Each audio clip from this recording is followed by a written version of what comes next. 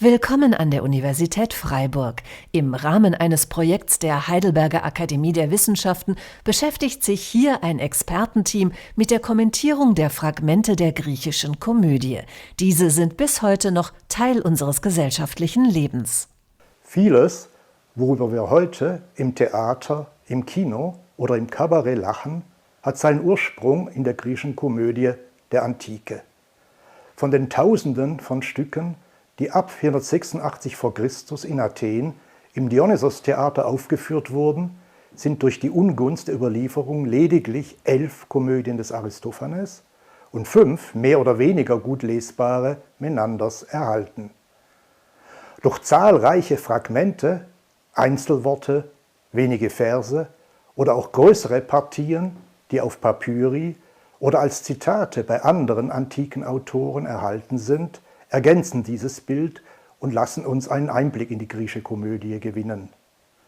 Seit 2011 erschließen wir in der Forschungsstelle Kommentierung der Fragmente der griechischen Komödie diese Fülle an Material.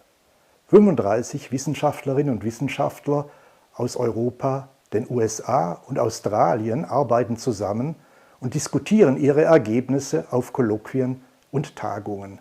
I am Anna Lamari, an Associate Professor of Ancient Greek Literature at the Aristotle University in Thessaloniki. My research focuses on providing commentaries on some comedians dating to the 4th century BC, the so-called Middle Comedy era.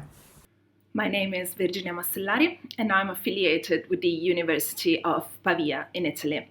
My research focuses on various 4th century comic poets, culminating in the publication of volume 16.5 within the Fragmenta Comica series.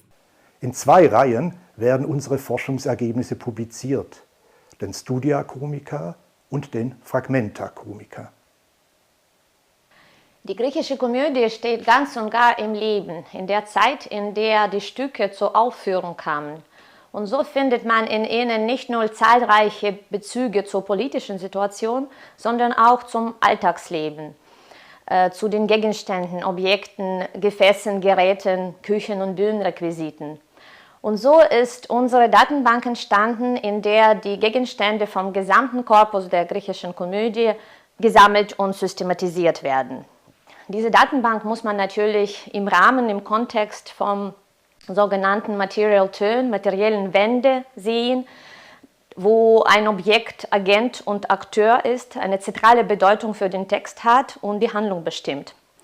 Wir arbeiten zusammen mit den Archäologen und den Informatikern, die uns helfen, die Objekte zu visualisieren, die lebendig zu machen, die zu animieren.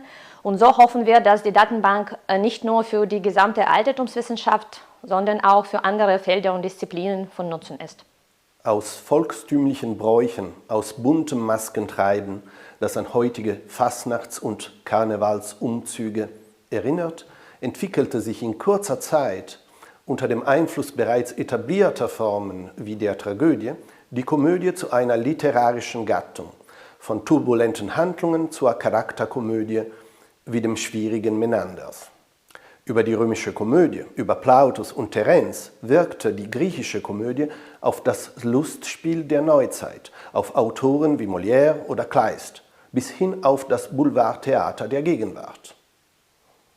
Unsere Kommentare und Untersuchungen erschließen die Vielfalt der komischen Formen und zeichnen ihre Entwicklung und Rezeption nach und stellen damit nicht nur der altphilologischen Forschung, sondern der Literaturwissenschaft insgesamt ein Arbeitsmittel zur Verfügung. Schauen Sie einfach auf unserer Homepage vorbei.